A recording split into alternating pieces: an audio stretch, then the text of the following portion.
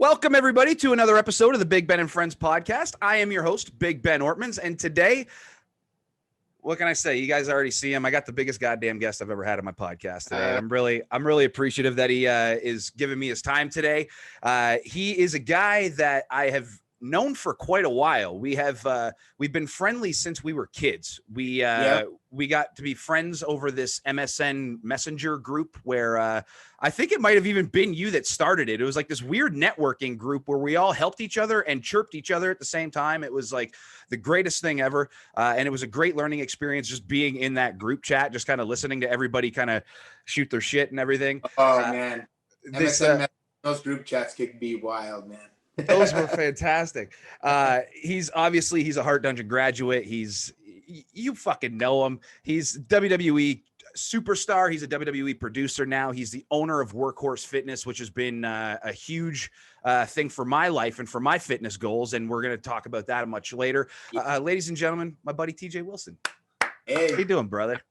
Thank you for having me.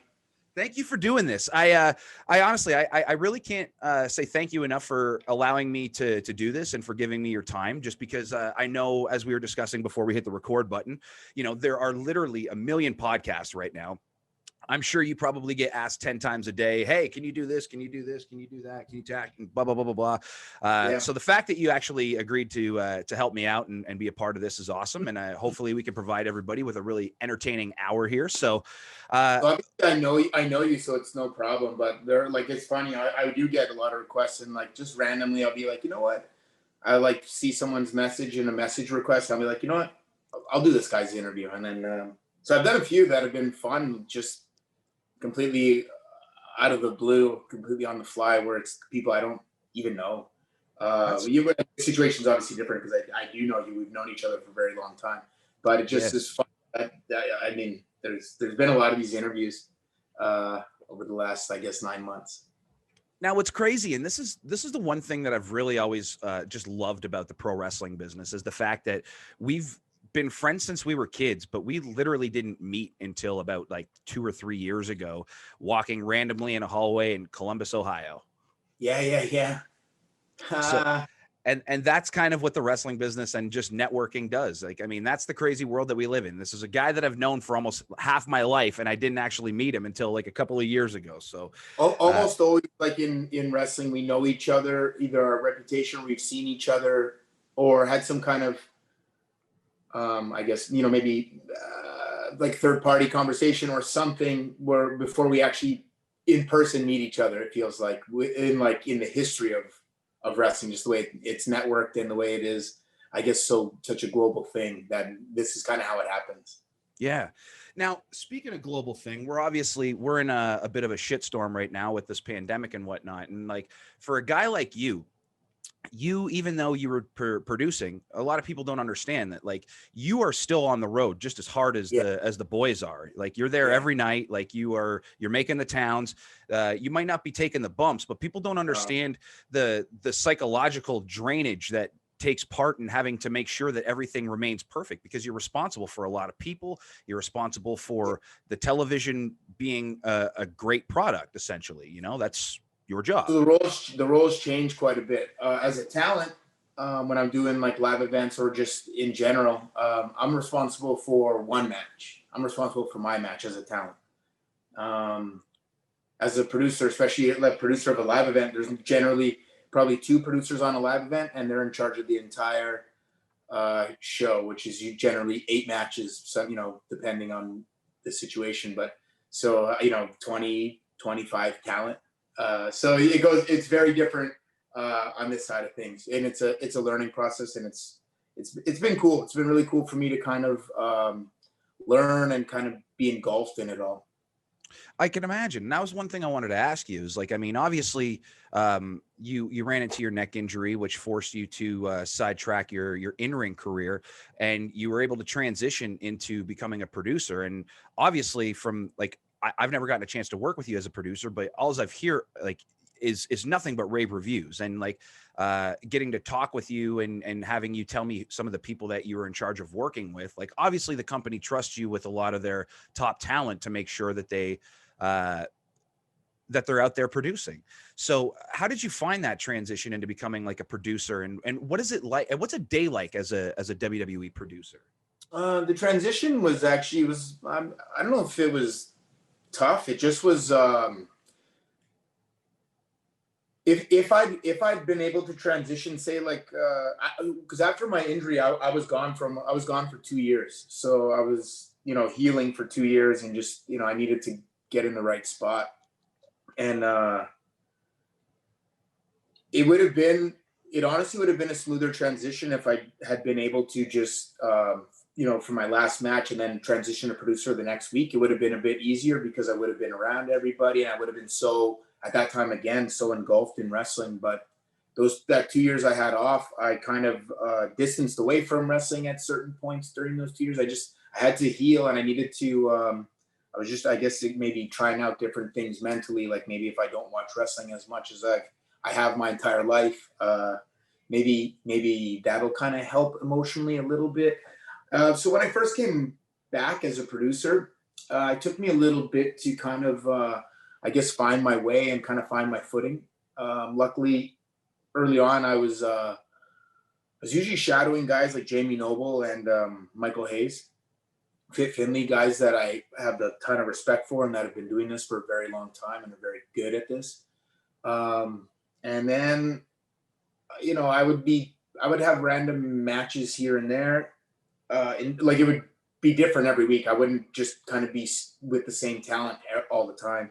And then all of a sudden I had one of Seth's matches or something. And then the next week I had Seth's match, and the next week I had Seth's match, and the next week I had Seth's match. And then Seth and I kind of had a little thing for a bit there where I kept having his matches, and we had a very good, we still do, but we have a very good chemistry. And that really helped me a lot. It really helped me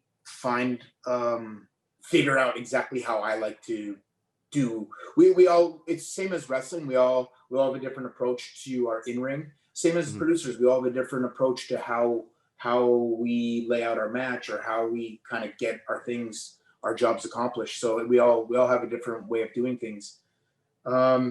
In terms of the day of a producer, normally I will, even if it's on 2 hours sleep, but I will work out before that production meeting. And generally on the road, I would try to finish that gallon of water in the morning, so that way I was done with it. And I'd be sitting in the production meeting, have to hold in, I had to go pretty bad. Anyway, that's different now. Now that I drive and whatever, I just drive to work out. So different. It's so different, but I'm so used to it now. I go to a production meeting, and we kind of go through the show and kind of, I guess for lack of a better term, maybe kind of get my orders of what I need to accomplish in my segment or segments that night. And, I go, then I meet with talent, and we kind of collaborate, which is my favorite part of the whole process. This might be my second favorite part. My favorite part's seeing it executed, and many times better than how I envisioned it, which is the best.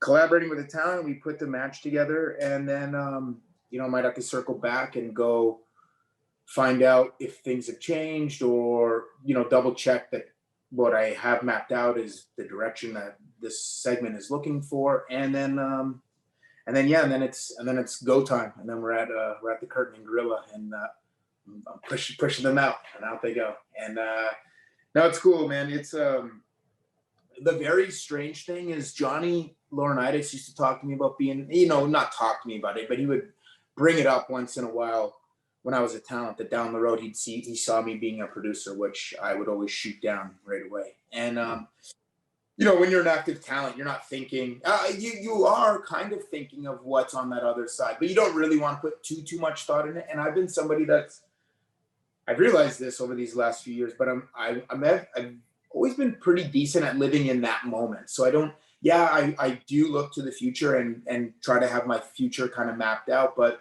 I'm also good at living in the moment. Like we were talking about FCW last year on that documentary, and I loved my time at FCW, but I didn't love it only in hindsight. In hindsight, I really loved it, but in the moment, I loved it too. I knew like this was a step. Yeah, I wasn't on the main roster yet in FCW, and Mhm. And I was there in the very beginning where we were training in a warehouse with canned goods everywhere. And Yeah. but I loved it. I loved it. And I knew that this is where I wanted to be. And this, to get to where I eventually really want to be, this is where I have to be. And I enjoyed my time. And my point being, I'm pretty good at living in the moment. So Johnny occasionally would bring up, being a producer down the road, which I would always shoot down. But then when it's out of your hands and the physical aspect of your career is over, I mean, you can cry about it, which I did do for sure, or and then you can move on and and maybe try something totally different, which is definitely not up my realm. But I have 20 years of in-ring experience. Why not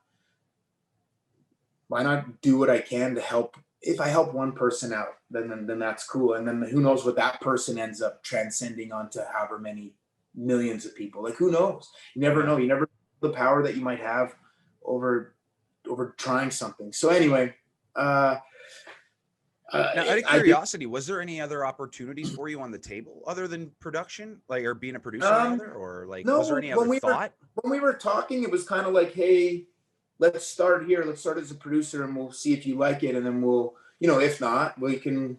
I guess maybe like without it, I guess being like formal, like maybe like coach at NXT or. Maybe things in this kind of role. I had a lot of options in terms of, it was kind of up to me in some ways, in a lot of ways. And so since this was the first kind of thing presented to me, and I don't like failing at things.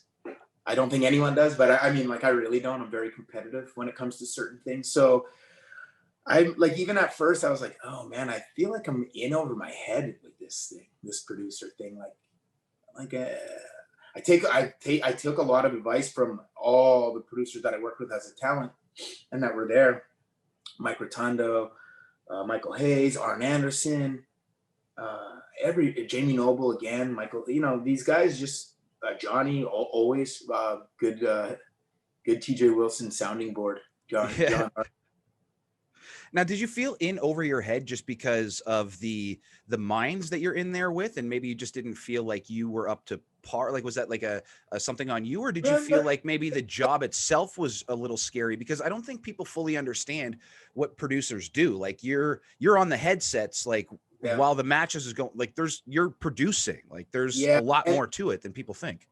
And in those first 6 months or something, like I said, because I was shadowing a guy like Michael Hayes a lot of the times, or Jamie Noble. I mean, all of a sudden, I'm the producer for like a Roman Reigns match or a Brock Lesnar match or Cena.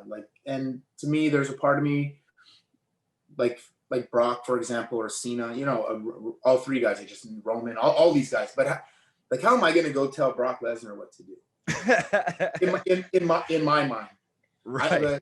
But then, but in my mind, I gotta crack the code of how can I kind of suggest something to this sort of a man, and I did. I had an idea that he goes for an F5, and Braun almost lands on his feet and scoops him up like Undertaker tombstone style into the power slam, and he thought it was cool. So I try to figure out, each person's different. It's a little the combination lock on a safe, and each person's a little bit different on how you get that safe open. And it's a matter of getting more safes open than don't, and and accumulating that and figuring out what's the way to figure everybody out. Because obviously, as individuals and as humans, we're all different. And then you put it under that wrestling umbrella, and we are very different people. Yeah. And now it's a matter of how do I reach? How do I I see something a certain way. Maybe it's the right way, maybe it's not. But so when Talent and I sit down and we kind of collaborate back and forth, maybe we both leave that conversation seeing that situation a little differently. Mm-hmm. And so that part's the really interesting and fun part, that as similar as as similar as like every week is for us in terms of like the production meeting on Mondays at noon. I drive from my home to Tropicana Field. It's the same drive. It's the same drive back home. I'll see you guys on Friday. I'll drive Friday. Our production meeting's at 1. As much as like that's almost Groundhog Day, no 2 days in WWE are ever the same. So like that part is what's a lot of fun to me, and that's where I've grown and I've learned a lot, is literally by working with everybody pretty much across the board. Must be kind of nice though. I mean, because you were traveling all over the damn place and you're on the road so much, but now in a weird way, it's kind of like a 9-to-5 job where you get to just wake up out of your own bed and just go to work and go the hell home, which is kind of nice. Yes. So I said this recently. I don't know where, I don't like the people, because there's a good amount of us that are in Florida. Mm-hmm. So a good amount of us that haven't really flown for the last like 9 or 10 months. So some of the guys are flying every week. So and I know they're flying always in the same spot. So it's still not quite the same as it used to be, but it's at least similar. Yeah. So I don't know, man. I was saying this the other day. I don't know if I'm like petrified of going back to normal or excited for it. I don't know either. I'm in the same boat. I genuinely, I don't know. Like everything is just so up in the air that like, I don't know. Like I don't want to say scary, but it kind of is. Like, yeah. Like every workout I have now is in my garage. And then then I drive down. It was to Orlando, first to PC, then to Amway. Now I drive to St. Pete, which is about 45 minutes, 50 minutes from my house. It's so easy. And when I'm used to driving, 3 or 4 hours a night, most nights, 50 minutes one way, an hour and a half there and back is easy, man. Like so easy. Yeah. But then like there's parts of like, flying into these cities that I really like that I haven't experienced. This is the longest that I've ever gone not being home. I was home last September 2019 for a live event. And that's the last time I've been up to Calgary. Otherwise, and that's by far the longest of my whole life. Wow. That's nuts. So it's just weird. It's just very weird. Oh, yeah, it is. Now, one thing I kind of wanted to ask you, and it's funny because I didn't even take this into consideration until just now, but like you must have a ton of people get in touch with you, like a lot of younger talents and whatnot, and just kind of asking you the process on like how to get eyeballs on them from the WWE, like whether it be trying to get a potential tryout, whether it be getting extra work, whether it be advice for like, what do you do when you're an extra when you're there? Just because I can vouch. It's nerve-wracking.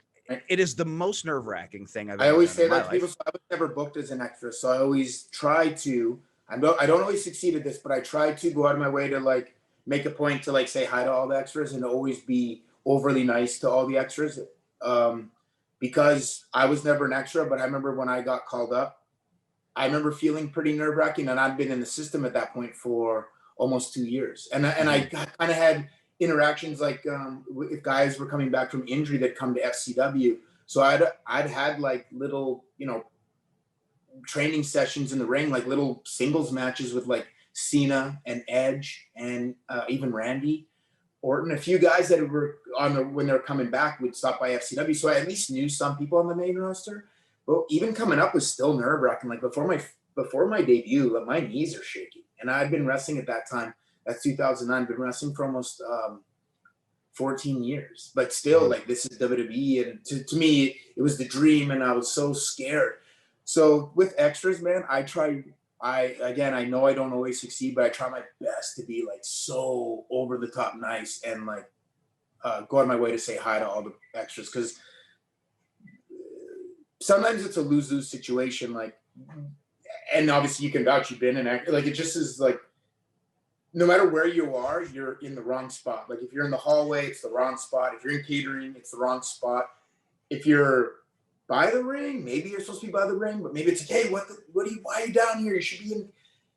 And it's a lot of that. And it's a lot of like, just, try, like, it's such a funny thing, I think, from never being an extra, but seeing it, it's like you almost want to be invisible, but you also do want to stand out and hope someone sees you. And it's this, where's this middle, and how do you do it without, like, how do you get someone's attention but without pissing them off? And it's this, oh man, I can't It even is. imagine.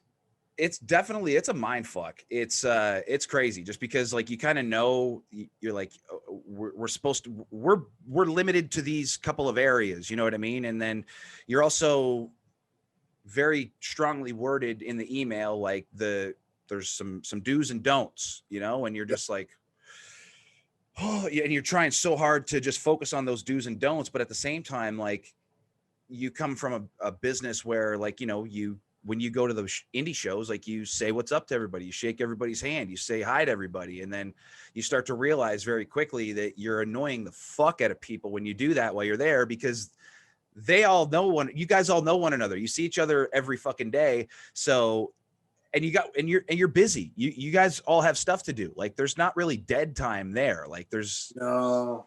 everybody's always That constantly doing first little stuff. bit when you first get there. You get there, you kind of, go get changed. You maybe grab a meal, and then from there, like, then once you start seeing, and now I'm on the other end of that. Now once you start seeing the producers start filing out of that meeting, you're like, all right, and I'll like for example, and this is not the craziest thing, but I remember like being in England and you're on tour, and it's the TV is always like the midway point of the tour, and so I'm at TV and I'm eating, and I'm not really thinking much. Like I'm like, okay, like I probably have a match today, but whatever. And then I remember like, boom, all of a sudden like Johnny is behind me, and he's like, hey, I got your match tonight. He's like, it's a triple threat, you, Cesaro, and Dolph, and you guys have 3 segments. And I was like, wow, okay, like that's a lot of time. And then he said, and you have another match too, but I'm not the producer of that one. And then I also wrestled Sami Zayn on main event that day, a 2-segment match. So I did 5 segments that day. But like you said, man, like there's not that dead time. It's a small little dead time, and literally it's like you get to the building, you change, you're eating, and maybe while you're eating, that might be the last bit of like that.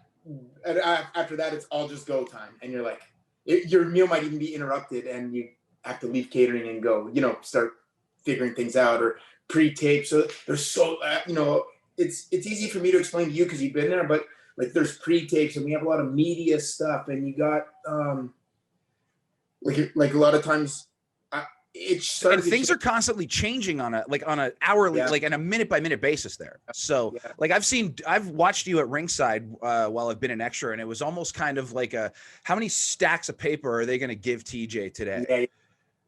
Yeah. And that just comes from like, when we're sitting in a room, like this guy has an idea, and then this guy has an idea, and then all of a sudden like time's gone, an hour's gone by, and they've had a chance to think of like, well, what if we take a little bit from that, a little bit from that? And all of a sudden, like the segment I thought I had now changes, and it's different. And it's a matter of trying to, I guess, make the each segment as perfect as possible. And that makes sense. But yeah, man, like that constant change, it's crazy, but it keeps you on your toes. There's a part of it that is at least kind of exciting too. Like a lot of times I'll like open an email, be like, hey guys, so we got to change. We now have 4 more minutes. So hey guys, we lost 3 minutes. Here's what we got to do. So it's funny. But it's like you said, man. There's no dead time. It's just go. Yeah. Now, is there any like, I guess from your perspective, because you've been talent, like you are a producer, you've been around that business and that company for a very long time. Would you suggest any do's or don'ts? Because I got to tell you, there's like an urban myth between us extras. Yeah, because there's a bit of an urban myth, like where we kind of wonder, like, are these real things? Like, I constantly felt like in catering, for example, like I always felt like someone was judging what I'm eating. Am I eating too much? Am I eating too little? What are you eating? Is he eating cake? Why would I fucking hire this man to eat if he's eating cake? You know what I mean? Like there's just, and because there's a lot of fucking cake there. But and you're right, dude. Why do we have the most elaborate desserts ever? I've rarely ever had those desserts, but they're like some crazy looking cakes. It is that dessert tray is legendary, man. Yeah. But like, what's funny? As a talent, I think I noticed more what the extras were eating than as a producer. I think because I had maybe a little bit more time to kind of hang out in catering as a talent. For sure. Once I put my match together, then I could kind of do my thing. And I always find it like when putting a match together, it's good to take a little, if you have the time to take a little break, step away from it, back to it, and see if we're all still on the same page.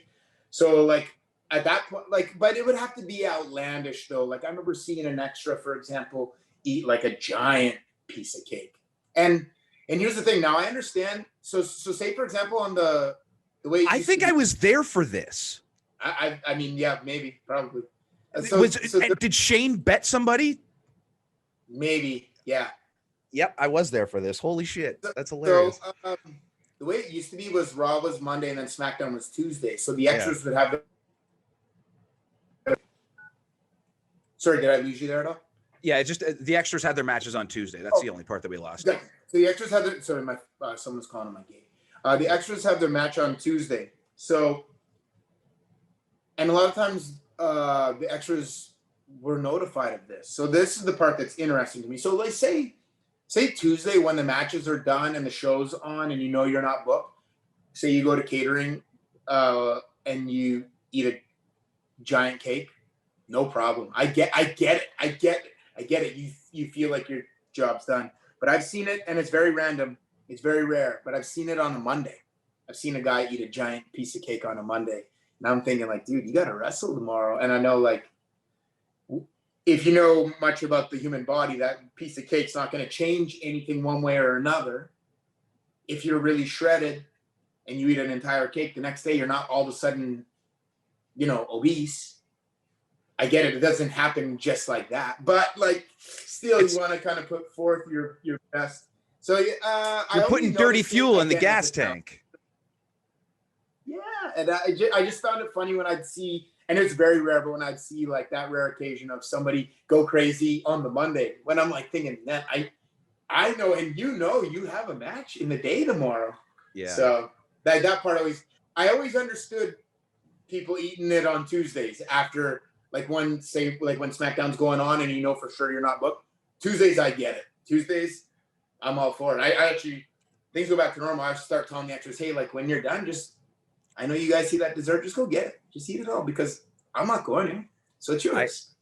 I definitely did that in Toronto because I had lost like 35 pounds because I was really gunning for that I was gunning for that 205 live match. And as things were, I didn't get it. That's all great. Your student actually got it, which was awesome for him. Yeah. But there's a story that I don't really want to tell on here. Like, I don't mind dropping a whole lot of information about myself, but there's just a story that I don't want to tell. But I was going through a nervous breakdown that day. And like the Monday night going into the Tuesday, I think I've told you about it, but like once I realized that I was done and that everything was I was not needed, and I kind of had a chance to breathe while I was there. Literally the first thing I did was I think I grabbed like half of a cake, for crying out loud, not even a slice. I grabbed all of it. I grabbed all the carbs that I possibly could. And I went into a corner of catering with my back to everybody. Cause not that I cared, but I was just like, I just depressed ate because I was so bummed because I didn't get the match, but I had worked real fucking hard, and I was ate real clean for 3 months, so I deserved that damn cake. Yeah, you lost a ton of weight, I remember. Yeah, and a lot of it thanks to so good. Yeah, it was, man. Now, this is a question that's kind of a little bit, it's a bit of a hot topic, at least here in Ontario, and I think it is kind of across Canada, and it's something that I asked Bob Evans, and he gave me a really great explanation of what he thinks. But at the same time, it dawned on me that Bob doesn't have a horse in the race. You do here. There has been a real uproar from a lot of like the younger talents in Ontario and just across Canada. And they're kind of like, why don't we get the eyeballs on us that we deserve? Like, why don't we get the respect? Like, it felt like Canadian independence at one point in time was kind of like a mecca. And now all of a sudden it just feels like we aren't even in the conversation anymore. And it's just like talent can't get noticed. Companies can't get noticed. It just like, there's very few, it takes I don't even know. Like it takes something real goddamn special to get noticed outside of this invisible wall that we call our country. So tough. And yeah, I don't know if, I mean, I think there's obviously a lot of little factors. I mean, not little, like, but I think sometimes it's things like, the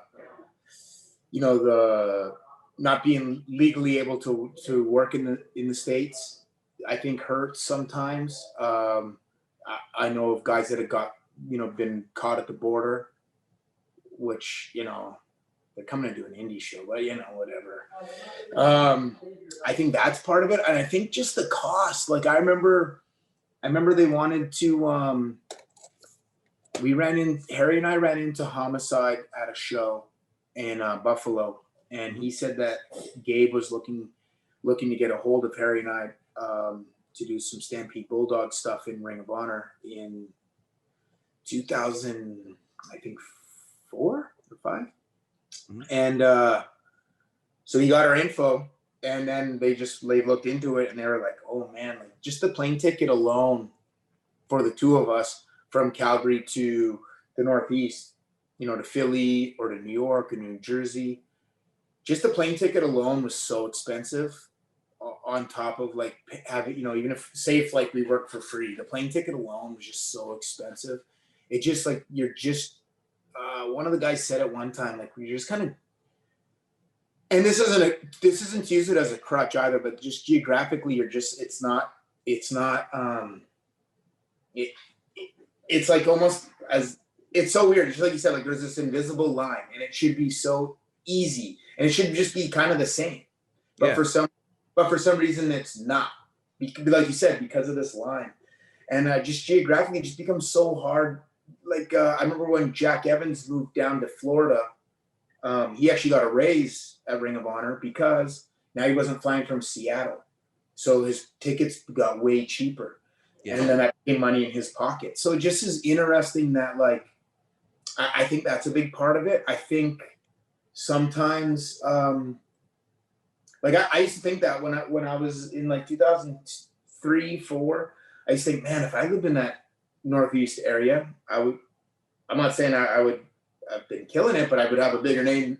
At the time, I was lucky enough to have wrestled in New Japan, stuff like that. But if I'd been in the Northeast area, I would have been. My feeling at that time was that I would have a little bit more of a name. I'm not saying I would have be the guy, but I would have more of a name than I did being in Calgary. Right. But then Calgary afforded me so much great stuff too. So for me, it's tough to say. It's really just this, I don't know if it becomes almost also like a pride thing of like, hey, like, this is my promotion in New Jersey, and I'm going to use the guys from my little area. Oh, these Canada. I don't know. I'm not saying that that's the case. I haven't been on the Indies in far too long to say anything like that. Right. But I don't know, man. It's so true because like my students back home deal with this in Calgary and Alberta. They deal with the same thing, and it's just like it's so hard to like get noticed and get out there where it seems like, especially in the age of social media, it's much easier. Much easier in some ways, but also it's also super flooded, so not super easy because there's a lot of people doing it. But it's a lot easier to kind of get your name out there, but maybe it's harder for it to stick. I don't know if that makes.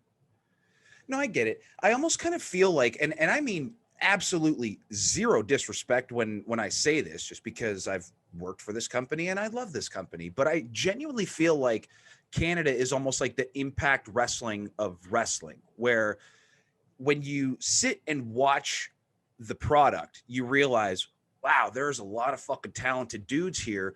And man, this show's really badass. But for some reason, when you see it on, your urge is just to flip past it. And I don't know why.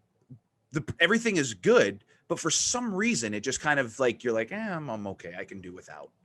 And I'm sure this happens elsewhere too, but I think also in Canada, and I get it. It all comes down to that kind of sense of pride. Especially recently, for whatever reason, it seems like there's a weird, and I think it's always been there, but a weird battle between always the provinces.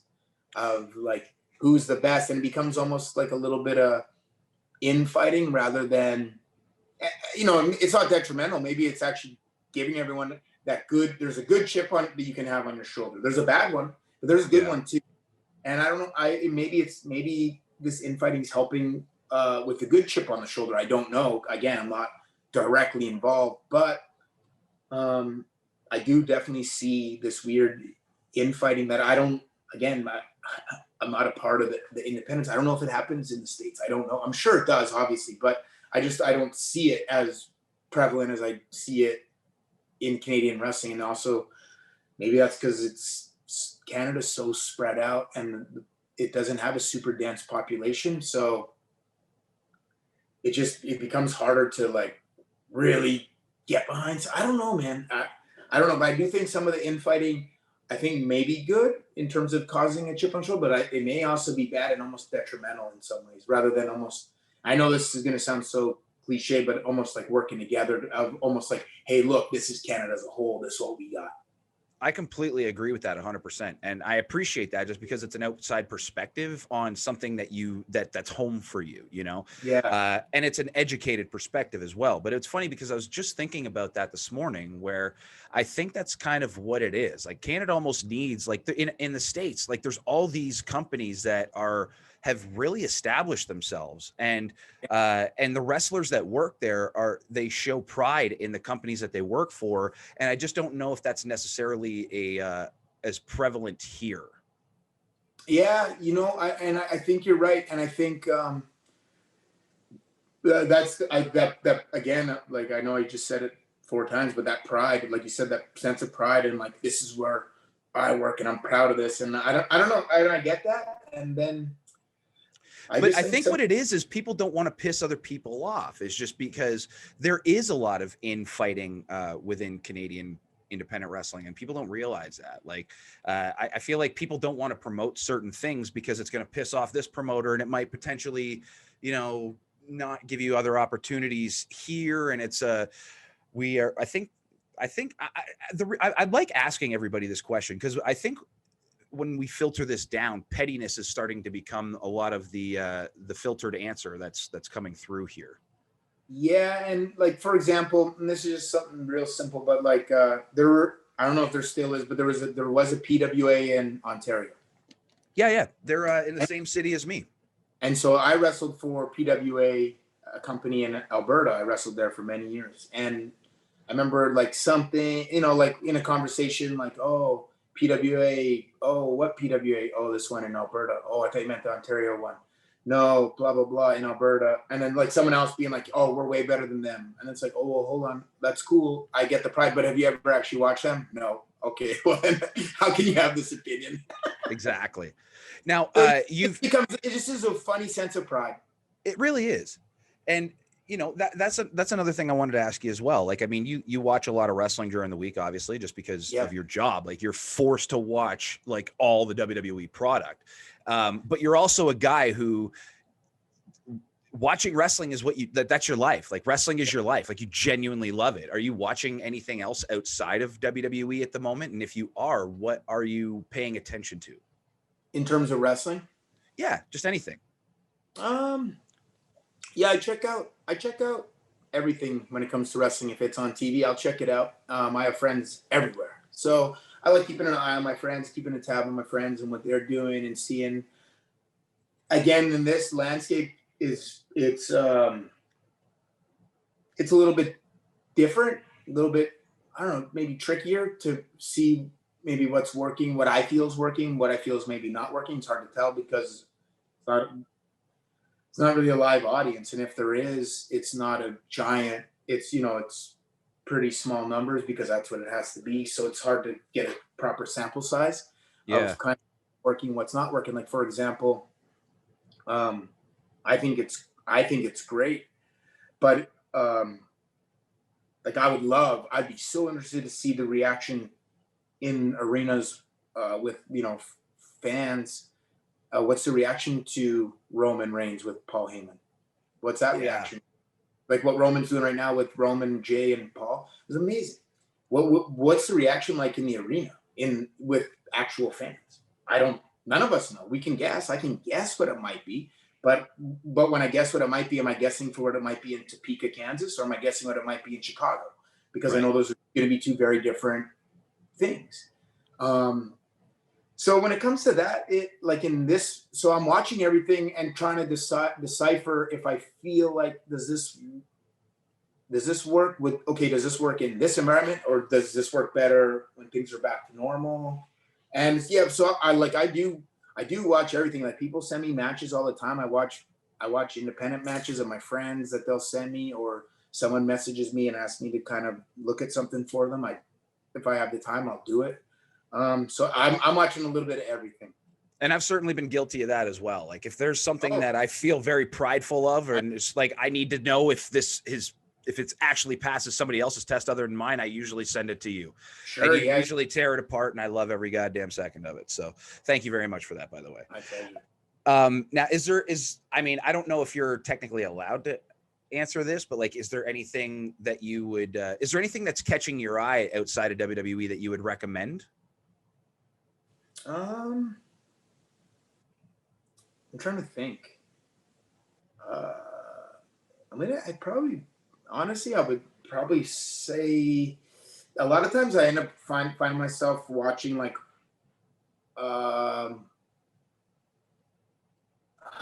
during this pandemic, I've found that, and it's not a bad thing, but you could say this about any time in my life, but definitely a lot during this pandemic, a lot of Bret Hart matches. I go back and watch a lot of 97, but that's kind of, maybe that's a part of this pandemic. That's kind of my most nostalgic time for me, as I just started wrestling, and so I didn't understand the business, but I thought I was starting to understand. And so 97 is a giant pivotal year for me in terms of just like, I guess, embracing things and starting to 97 for me was that time. I've been wrestling for like 2 years, and it was that time where like every single day you're learning like giant leaps, and 97 was that for me. And as a fan, like, I love, like, obviously I'm very biased to it, but all that Heart Foundation Canada versus America stuff. That was so good. And it's cool. It must be cool to go back and watch now, especially for you in hindsight, because you're watching it with a complete different brain at this point. Exactly. So that's why, like, going back and watching a lot of that during this has been so cool, because I'm like, oh, like, I kind of got that at the time, but 75% of that went over my head, or I didn't quite catch that little part of the storytelling. Got it this time. Oh my God, it is so much better now. So yeah, that's happened a lot. It's one of those things where it's like, it's genius while you're watching it while you're younger, but then when you get older, you can appreciate like almost like a fine whiskey. It's like with the older you get, like, you kind of start to appreciate those more like kind of notes and tastes and all those little things and whatnot. You're right. But then the scary thing is kind of the flip side. Something that was so awesome in your head that you remember nostalgically, and then you watch it back and you're like, oh yeah, I'm kind of let down. So luckily, like, I was, somebody tried to talk shit about Crush on me the other day, and it really broke my heart because he wasn't wrong.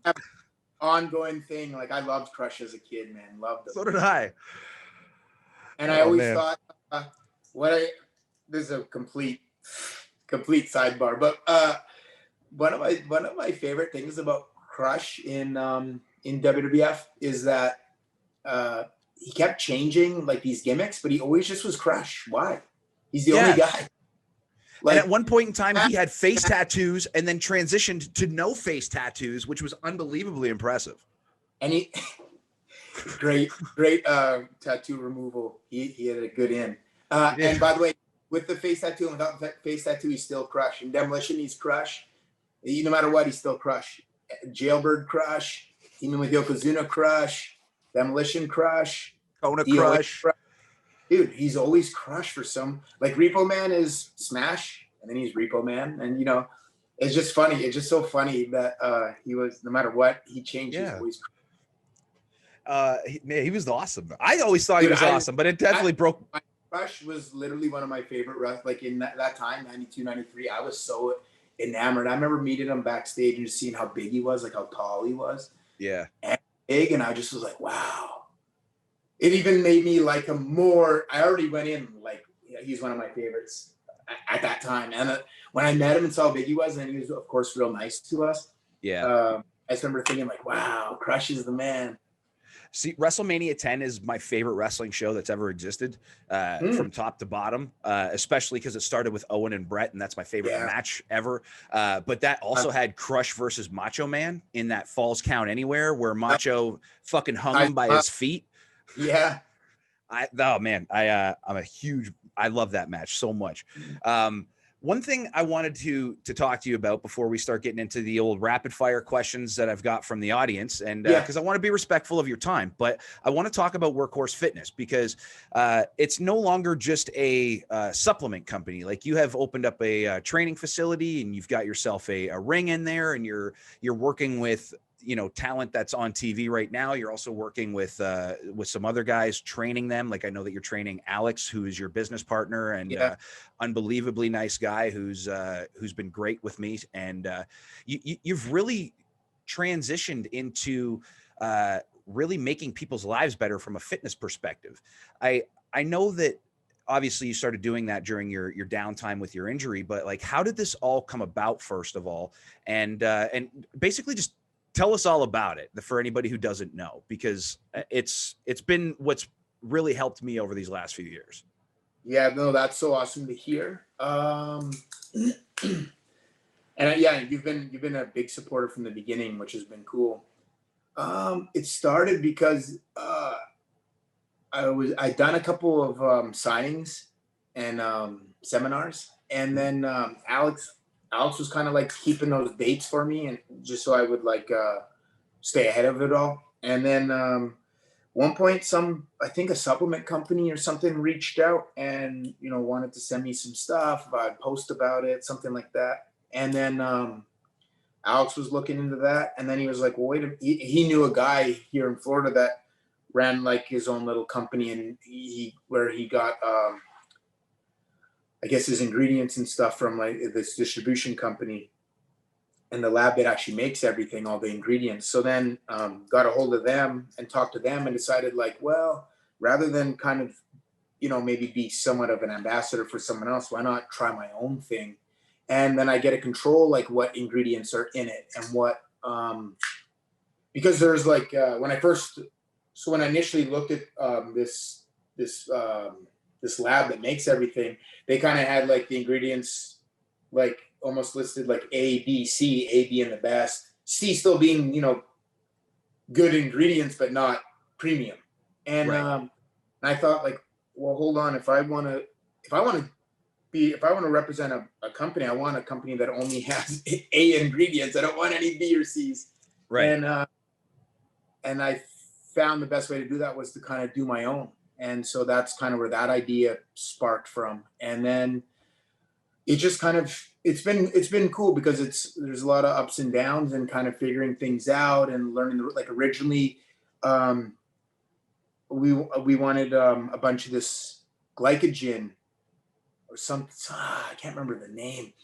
And anyway, the first order of the pre-workouts were all clumped because this it just is so, like, the second it touches any kind of moisture, so the whole point of the glycogen is I gotta double check what the heck that stuff's called. But it was for like to give you a better pump. But yeah, because it would suck the water out and like give you that pump. Unfortunately, it also does that in the container. So all that original formula is all like pretty much destroyed and just like clumpy, and like all of a sudden turns into a brick. And I would almost break pieces off and eat it like candy to work out, and it worked. But I don't want to sell that to people like that. So we had to change the formula and put in some more like Himalayan pink sea salt and stuff like that. And it just was a matter of like fine tuning things. And that's been a cool process that I didn't understand before taking this on. And, you know, trying out different flavors and different BCAAs. And I wanted to combine BCAAs and EAAs, branched chain amino acids and essential amino acids. A lot of places sell both separately. I wanted to combine the two with electrolytes and sell it together, and stuff that I genuinely take my own product every day. At the moment, I'm out of BCA, so I had to order from somewhere else. Well, we just with the pandemic and a lot of our stuff, like our merch stuff, comes from New York. So the beginning of the pandemic is hard to get like a lot of new shirts and stuff made. Like we were on back order for a long time, and Yeah. so same thing. We have some BCAs coming. I believe next week, but it's not a bad problem. They sold out, which is good. But It's a great problem. it's just a matter of trying to stay ahead of it. And I didn't understand. Honestly thought like the orders would come kind of to a halt during this, but there were some months where it was our best business we'd ever done. Yeah. And I didn't expect that. And so that's been amazing. But it's been a cool process to be a part of, and I'm still nowhere near where I want to be, and I'm just learning and just still figuring it out. And it's different because it's something I'm not, but it's almost like being a producer. At first I felt a little bit in over my head, and it took time, and now I feel like I'm pretty good at it. And I think, that goes along the same lines as wrestling. I've been doing that for so long. This is a whole different ballgame. Like, yeah, I've been working out, but that doesn't mean I can create my own supplements. Yeah. So this is a cool learning process and a cool thing for me to kind of sink my teeth into on the rare occasion I do have off time. For sure. And what about the training facility you got going on in there now? Like, I mean, that's it's been big on social media. I see a lot of it. Like I see Sasha going in there, I see Harry going in there. Alex is posting some real cool updates. And by the way, that he's got some damn good footwork for somebody who's doing this brand new. Yeah. It's been fun, man. We found a warehouse. It's like 20 minutes from my house. It was big enough for a WWE ring. The only problem is it was also gonna store a bunch of our supplements. So I think we maybe have to get a different warehouse eventually when the lease is up. In the same facility, like I love the facility. It's so perfect for what we need. I need it a little bit bigger. That people don't realize, man. That WWE ring is a legit 20 by 20. That thing's big, and it's a beast. Takes up a lot of space. And like when they sent me the ring, they spared no expenses. I have 2 sets of steps, the actual ring steps in there. Like I have everything in there, man. It's so awesome, and it's been very cool. And I try to keep a very fun environment in there. It's not a dictatorship at all. If somebody needs a little bit of like harder training, I'll do that. But I like to keep people's minds open when we're learning, and I try to say every time we're in there, like, yo, this is like, I want you, like when we're chain wrestling, it's like I want you guys to free flow. I don't want you guys just to like grab the arm, switch to a wrist lock, switch to a hammerlock. Like try to, like, obviously we need those fundamentals, but then on the other side of things, create. Like I that place is a place to create. And so far, I got that ring at the beginning of August, and in like the 4 months that I've had it, 5 months, I've seen a lot of progress in there, and I've had like you said, a good list of names come in there, and we've never left. And I told them this last 2 weeks ago when they left. I said, hey guys, just so you know, before you walk out that door, just think about this: 5 things you learned today. You didn't know when maybe you had seen them before, but you didn't know how to execute them. Yeah. Before you walk through that door. Now you're leaving that door, and now you know how to execute 5 new things. Like don't lose that. Like that's a big thing. That is. You guys walked out, and now you have 5 new tools in your toolbox, and that's a lot. Like don't look at it and think that it's small. That's not small potatoes. It's a big thing. And if you do that every time, then you leave that week with 20 things. Like that's a lot. And it is. So it's been really cool. And to see someone like this kid that I train with, that I work out with in my garage, he wanted to try it out, and he's been doing very well so far. Cameron, mm-hmm. Cam and Alex, they wrestle each other a lot, but he's straight from scratch. And to see a guy not know how to do anything from scratch, and then picking things up, and all of a sudden, like again, a couple weeks ago, all of a sudden it's like when he kind of things started to click a little bit, where he's like, oh, I can take these bumps. Yeah, they hurt, but they don't like destroy me. And once someone gets to that point, then they start like letting loose, and they start like, because he can, like, for example, like he can jump real high. And I was trying to show him a drop kick, but he's, I think, a little timid on the landing, so he doesn't want to explode. he's starting to get there now. Like now he'll, when it's all said and done, he'll be able to do like a beautiful drop kick. It's just a matter of unlocking that. And in the past few weeks, we've gotten to those stages where like they're really able to unlock something. Like Alex is a great base, so they play well off each other, and it's a matter of just having that trust and just putting in the time and putting in the reps, and they're getting there. And it was something that I thought about before. I thought about it like maybe opening a public school, like a wrestling school, but at the moment I don't really want to do that. I'm just kind of training privately and doing my own thing and seeing where it kind of takes me from there. And down the road, the possibilities are endless, but for now it's just kind of in-house, right? Like this isn't something that like the public can come in and be like, hey Tej, can you yeah, it's pretty in-house, and it's pretty exclusive little club that we've got there, I guess. And it's funny because all the other little it's like an industrial area, and all the other every other place is running some kind of business out of there, but like they all love coming and looking at the ring. The ring excites people, man. They love coming, and it's funny.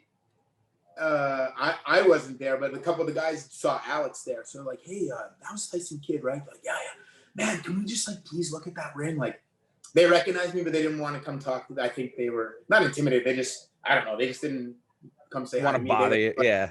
They waited till I left, and then they talked to Alex, and then they saw the ring and stuff. So it's cool. It's not too many people own a WWE ring, but I do. That's pretty badass. Like and one thing I've noticed, by the way, and I wanted to say kudos for loosening up those ropes, because I have never felt a pain in my life than hitting those ropes for the first time. Jesus Christ, that was no joke, man. Those WWE ropes are no joke. That was a game changer.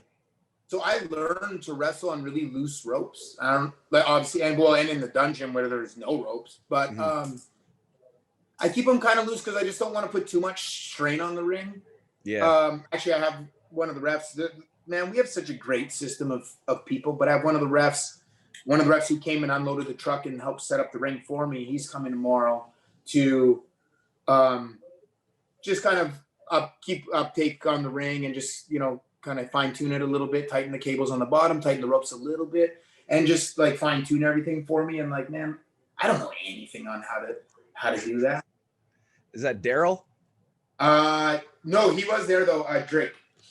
Oh, okay. Daryl's awesome, man. I have nothing but good things to say about him too. He was there that day, that first day unloading the truck. There were four refs from NXT, and they were all awesome, man. And they are machines, dude. They unloaded that thing from the truck and set it up, and we're done within 2 hours. Like these four guys, and like that's amazing. Alex and I were there, and then Addie was there, and I was like, "You guys need our help? Like, you guys, what can I do?" Like, no, we got it. And they just almost like Alex like looked at me. He's like, "Man, I want to help," and I was like, "I know, but these guys have this down to a science. Like, us trying to help them actually impedes them. So like, yeah, like it's so weird to just kind of like." But I still didn't leave, so I'm like just kind of hanging around them for 2 hours, and they're setting everything up. And you're like, "Do you guys want coffee?" I'm trying to show them that I'm a part of it, and I'm here if they need me. It just is funny, man. We have a great group of people. Yeah, Daryl actually right before the pandemic happened, because the pandemic, like everything shut down right at the beginning of March. Not even sure if you're aware of this or not, but Daryl actually got to come down to the Crossbody Pro Wrestling Academy and do a seminar. And it was incredible. Like he was coming down to do 3 hours, but he ended up doing like 6. We drew like 50 people. Like it was unbelievable. Dude, that's what happens on these seminars. Every time I've done them, I'm not sitting there looking at my watch. Okay, 10 more minutes and I'm out of here. Because you just, man, you get lost in these conversations, and in like you'll see something that sparks this, or you'll see like I did one for Create a Pro, and these 2 kids like blew me away. They're pretty young. And Jordan Oliver and Ellis Taylor, I believe. And dude, they were like, they're like, "Oh, growing up, you were our favorite." And I was like, "Oh my God, I'm in that category now." No, but they're young, and dude, they did some cool stuff I've never seen, and I've watched a lot of wrestling, but like just random stuff, like some sort of spot, and the guy goes like to roll back for that monkey flip. The guy coming off ropes dives through, but as he dives through, he actually grabs a waist lock, and like Yeah. they just wild stuff I hadn't seen before, and they just like again kind of let loose and did their thing, and then our conversation went down a million paths because they did something cool that I hadn't seen before, and then they're explaining to me like who they liked growing up, and it was very cool, man. And yeah, these seminars never go just the length of time they're supposed to, in a good way, because I'm not sitting there looking at my phone being like, okay, I have 5 more minutes and I'm out of here, can't wait, because you just get lost in it. But the thing is there are people that are like that. I mean, I'm not going to completely throw them under the bus, but it's not hard to figure out if anybody tried to figure it out. But I hosted a seminar one time. It was supposed to be a 3-hour seminar, and an hour in, and like, keep in mind, he was only like, he got there late. And then all of a sudden just said, all right, who's got questions? And then people were like asking him, like, it was like a Q&A. And then all of a sudden, like an hour into it, keep in mind, like he was late 20 minutes, but like, so he's there for 40. And he's like, okay, I got to piss. Come here and talk to me. And then I'm like, okay. And then he's just like, oh, yeah, I think I'm done. And I'm like, no, you're fucking not. Like, these people paid a really good amount of money to be here. And what are you doing? And then he goes back in, does 30 minutes, and then literally says, all right, I am done. Goodbye. And bounced.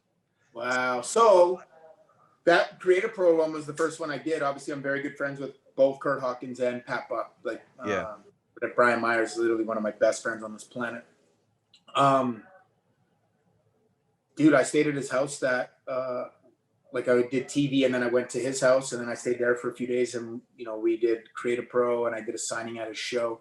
Anyway, I was so nervous. And I said, dude, like I have like anxiety about this seminar. And he said, what are you talking about? They're easy, man. You just got to be honest. He said, TJ, you're going to be fine. But I'm telling you, I woke up that morning because I was there for a few days. I woke up the morning of the seminar feeling anxious. And I was like, okay, let's see. Again, I think it was September of 2017. And I became a producer the end of June. So this is like 3 months in. I didn't really find my footing, I would say, for the first 6 months, but even a year, man, before I really became like super efficient. But I once the seminar started, I was like, oh, this is right up my alley. I'm just breaking down matches, and they handed me and it's the same as these production meetings. They handed me a pen and a paper, but I don't write stuff down. I don't know, man. It's a gift and a curse, but I have a great memory. If I see something, I just would like remember picking out like at least 2 things for every match, just like boom, being in my head, bang, and then I don't know, man, just it became so fun, and I was like, oh, these are fun. Like these aren't work; these are fun. So, but it's good that I respect the fact though that you get anxious about that, because it shows that you genuinely give a shit. And I mean, dude, I was so nervous. I'm not kidding. I was like insanely nervous. But I would rather deal with somebody who's nervous and deal with that, because then all of a sudden you've got a couple of nervous people, and then all of a sudden you realize, oh, we're just talking about some shit that we genuinely both love. Oh, okay. Exactly. And then next thing you know, awesome part, man. Then it's out the window. Yeah. So before I move on to the rapid fire questions here, one thing I got to ask: you taking bumps again? No. You managed to doing all this without having to. Yeah, I mostly just do like. Natty gets real mad at me when I get in there, but I really just do like I'll just show like little chain wrestling things, or like a technique on how to get up from something usually, or fair. I'll kind of show you how to do something up until the bump part. So I guess it'd be similar to like learning how to skydive, like going to skydiving lessons before you actually go up in the plane, and you're sitting on the ground talking about it, and it's not the real thing. That's kind of what I do. I kind of do that part. When the plane goes up, my feet are on the ground. I get that. All right. So You can answer these as quickly as you want here. I got, I think 5 or 6 questions that are from some of our audience. I just put it up like 2 hours before we started filming this. So I was going to ask a top 5, but we only got like 5 or 6. So I'll just ask them all. So the first question is from one of my students, Sarah Robert Smith. And she actually just came in with a new book and became an author, which is really cool. Oh. She wants to know, throughout your time in wrestling, traveling matches and meeting the people you have, what is the most memorable moment so far in your wrestling journey? Is there something that sticks out that has stayed with you all these years? There are a few things, obviously. I mean, if you do this for at any level, if you do this long enough, you're going to have these kind of like cool, like it happened to me once in England. I hadn't been to WWE yet at that time. I remember like I wrestled a show in a town somewhere, and the next time I was in that town, because we would do these meet and greets, this mother brought her son, and her son had the same haircut I had, where everything was shaved except for the front. She's like, "Oh, he saw you last time, and he thought it was really cool." It happened to me one time in WWE too, in like Cincinnati. We were walking to eat, and then we walked into some fans, and then they're like, "Hey, do you recognize this haircut?" And I look, and his son has the exact same haircut as me. That's so cool. Huge. And I've been on the main roster for like 4 months at that point, or something wild. Yeah. Things like that are always really cool. We did a taping once in Birmingham, England. Normally we do like London or Manchester. That time where we did that triple threat with Dolphin, that was Liverpool. But Birmingham, we only were there the one time that I've been in WWE in terms of TV. I've wrestled there before. Man, I don't know what it was. I wrestled Curtis Axel in a dark match on the Monday, and I don't know, man. I don't mean this obviously in any kind of ego way, because believe me, I've come out to crickets plenty of times. Pump your brakes, brother. For me, I'd never heard a reaction like this in my life in Birmingham, and I was like, "What is going on here?" And the next day, we were there again, and it was. I tried finding them. I've seen links. I used to have it on my DVR, but that was a long time ago. It's long gone. I tried finding links to this match, and I can't find it. It's from the kids show that we were doing, Slam, Saturday Morning Slam. Okay. And it's myself and Gabriel against the Usos, and we're in Birmingham, and it's on the kids show. So the kids show at that point had a bunch of rules. There were no strikes to the head, especially. Oh wow. No headlocks, no chin locks, like nothing like. Yeah, there was a lot of rules to the kid show. It was fun. It was like a little bit challenging, and they were really fun. And we did back-to-back days in Birmingham, and they were insane. I don't know why. I don't know why Birmingham loved me so much in 2012. It was very interesting. Only thing I can think of is the time before Mick Foley happened to be in town, so he contacted the office to do something, and then it became me against Jinder with like Foley as like almost that outside enforcer, and he's the one who introduced me and kind of like, put me over, and here's Mick Foley doing it, so it kind of gave me something. And then I catch a quick win on Jinder, and then he attacks me, then Foley gives him the Socko, and then literally the next time I'm there, this place is going crazy. That's the only correlation I can put together. I don't know. Otherwise, I don't know. So that Birmingham reaction really stands out. That and again, go back to Europe. That last tour I did as a talent with Cesaro against New Day. We were supposed to be the heels. They're the baby faces. Yep. And every night on the tour, that crowd told us otherwise. And and we went. It was so fun because it was completely on the fly. It was so fun. But you never knew. Like one day we were in Poland, and it was the first time we'd ever run in this town ever. And their TV was 7 weeks behind. So I don't know if they've seen that the audience is starting to boo New Day or not. Who knows? Right. There's we came out, and the same thing. They cheered us and booed New Day. And it was so fun because we didn't know what the reactions would be every night. It'd begin to be different. So it was very cool. Oh, that's amazing. My buddy Brady Wedham has 2 questions here for you. Yeah. First one, he wants to know, who inspired you the most during your run? Man, I had a lot. I learned from different people at different times. As a kid, Owen was my favorite for a very long time. Baby Boy, I worked out with him a lot in the gym. Brett, obviously, I'm very close to. Yep. Then I remember going to Japan for the first time and really like falling in love with the wrestling style of Koji Kanemoto. I teamed with him up so much in my first tour. And so I would just be on the apron. Like I was on the apron, but I may as well have been on the other side of the barrier because I just was, when I would tag out, I may as well have had a notepad. I literally was writing everything this guy did. And I was like, I can't wait to copy all this when I go back home. He just like the way he carried himself and so I just like throughout different times I would watch different people or kind of take things from different people and kind of see like how that worked for me. Okay. His next question is, you've been on the Major Wrestling Figure podcast a few times, so it's very clear that you do at least collect collectibles to some degree. Mm-hmm. If you had, what is your favorite one that you have and what would you consider your grail? Probably so I don't have a super collection. I have my own figures and natties as well, and then random ones like back here I have these are always gifts from Hawkins, by the way, but I have Seth, Finn, and Miz action figures, and then 1 second, I do have to grab this one. He made this one custom. I think it's part of the J&J security, but maybe it's Vince. I can't tell. I'm not very good with the figures. But then Hawkins made it, and then it's my head on it. But it's the producer version of it. And so Hawkins gave me that. He made that and gave me Miz, Finn, and Seth because that's the first WrestleMania match I produced as a producer. Oh man, that's amazing. So so that means a lot to me. He didn't complete the collection yet. He gave me the Becky Lynch I have in box back there from the next WrestleMania that I produced.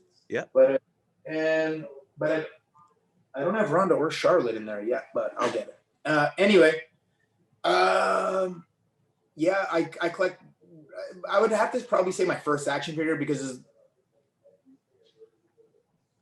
it's still hard to believe that it's real. Like you walk in a Walmart or something and you see yourself. It's so weird and also very, very cool.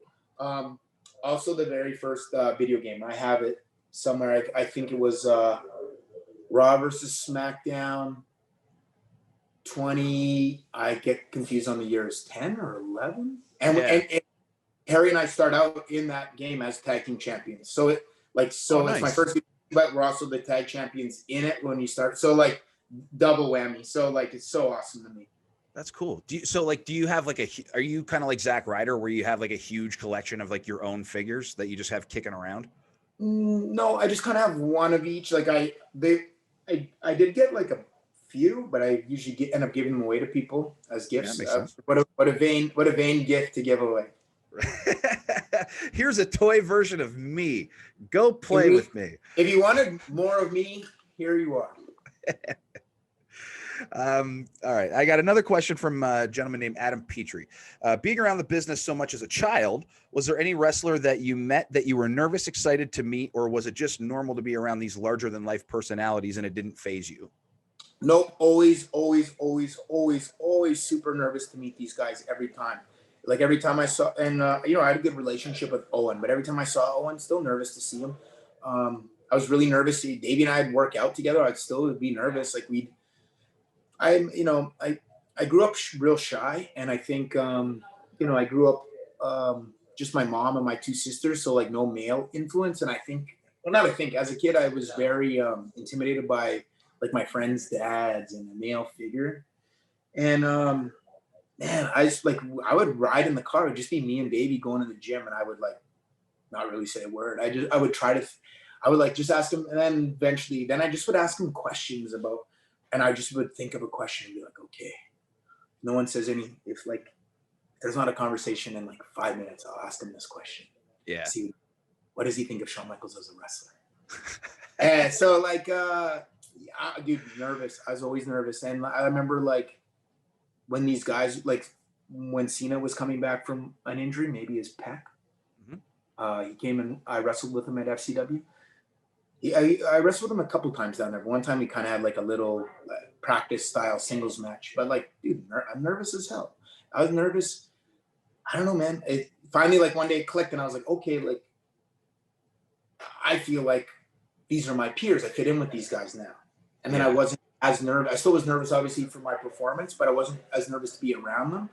And then it just became normal. But yeah, man, like as a kid meeting these guys, no, it never went away. Like I remember he wrote it on one point again, Foley, but at one point he was in charge of writing the back of all the trading cards, like what the little write up said, and he got it, and I laughed so hard, and I was like, Mick, I saw your card, it's hilarious. Is my trading card, but the back is written by Foley, and he tells a story, a brief story of like, so we wrestled a live event match in 1996. I was 16 years old in Calgary.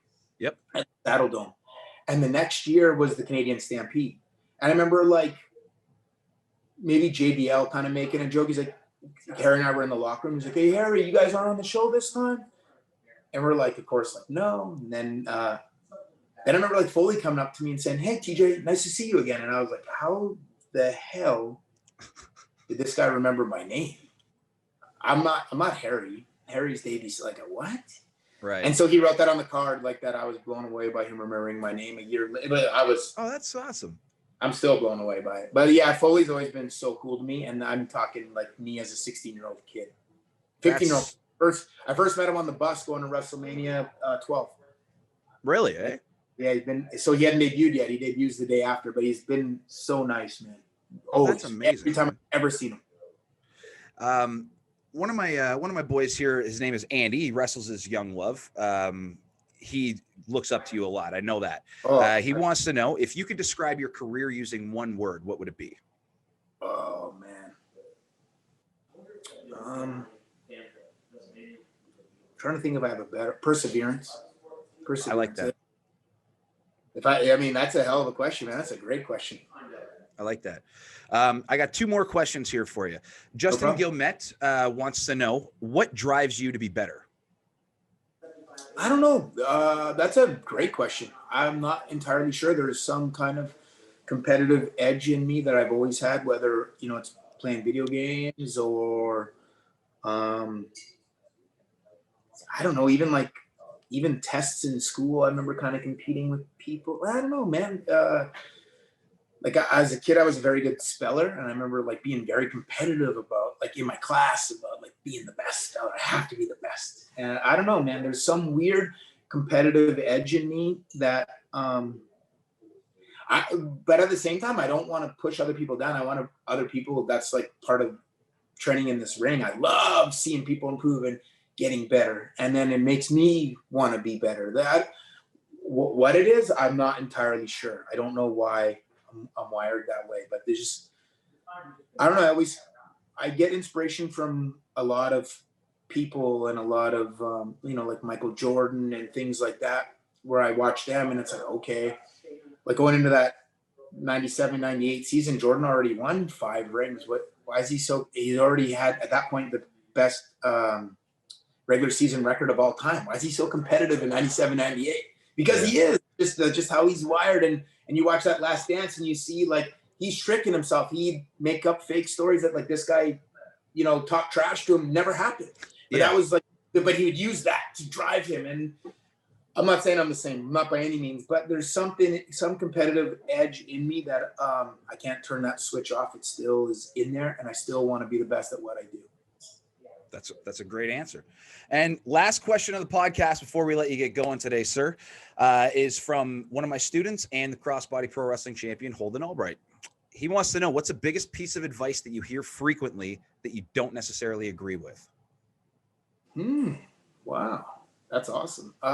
First off, that shirt's awesome. Thank you very much. Yeah, it's pretty sweet. Yeah. You can get them at prowrestlingtees.com/crossbodyprowrestling. Feel free to go get one. I like all shirts that are like kind of that Roots of Fight feel a little bit to it.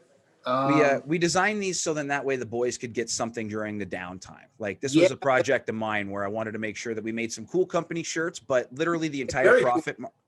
Thank you.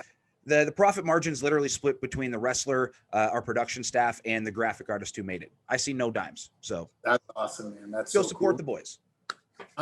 Biggest advice that I don't agree with? Yeah. Man, I don't.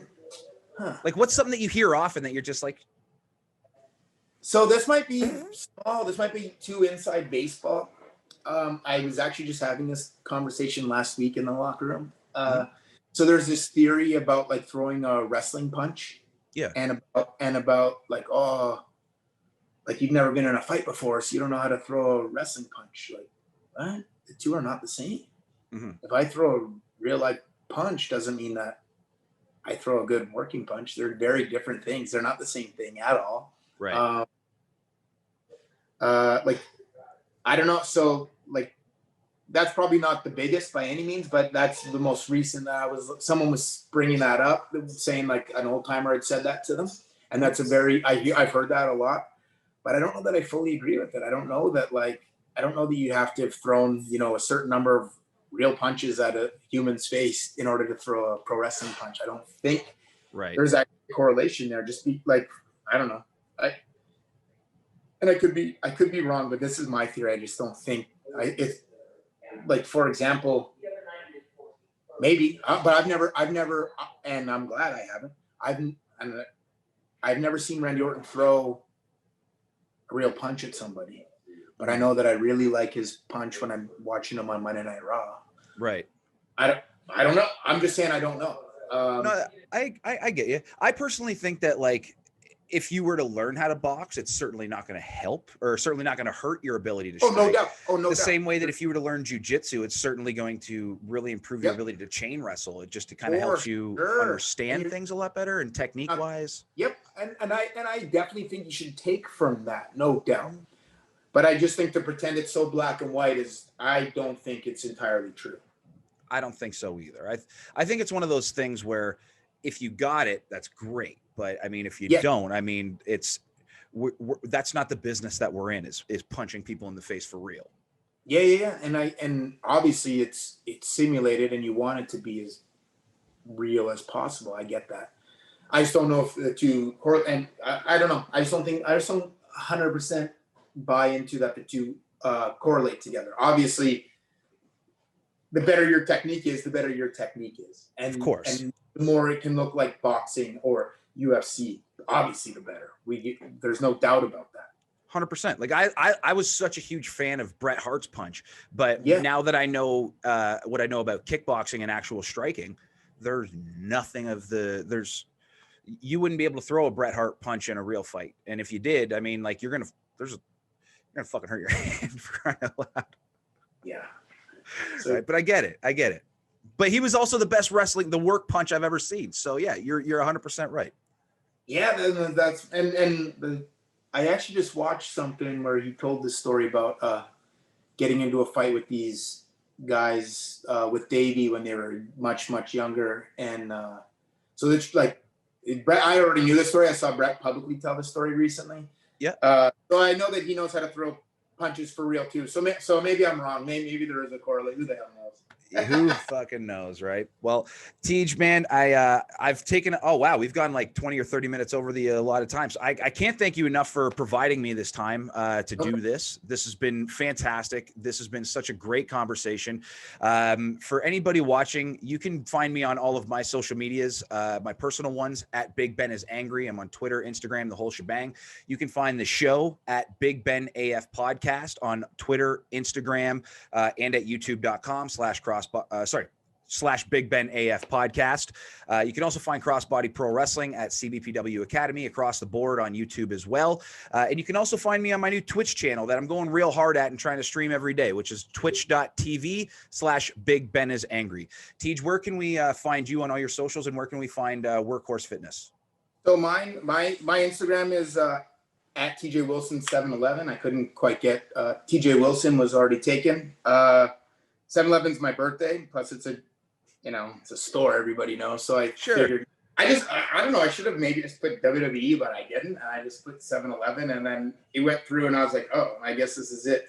My Twitter is at Wilson, and then Workhorse Fitness is at Workhorse Fitness Products on Instagram. And yeah, man, it's been a great conversation. I had a lot of fun and a lot of different questions. I love when I have different questions because then I don't want to give stock answers anyway. But when it's a question out of left field, like explain my career in one word, or like I can't give you a stock answer because I don't want to do that anyway, but I can't. So I'm trying to get you to think, so then that way we can actually have a conversation. So it's not a fucking interview. Like, I mean, I at one point had a bit of a format where I'm like, hey, ding, ding, ding, ding, ding. And then I'm like, these all sound the fucking same. I like talking to my buddies. This is like the whole point is to kind of catch up and to have a conversation and drop some knowledge at the same time. And you certainly did. And don't forget, workhorsefitness.com is where you can go and order all of your Workhorse Fitness products, which I highly recommend. And TJ, thank you very much. And that's going to do it for this episode of the Big Ben and Friends podcast. And we'll see you guys next episode. I'm definitely a part of the friends part of that. So yes, thank you so much for having me, Ben. Appreciate it. You're the man, TJ. No problem. Thank you.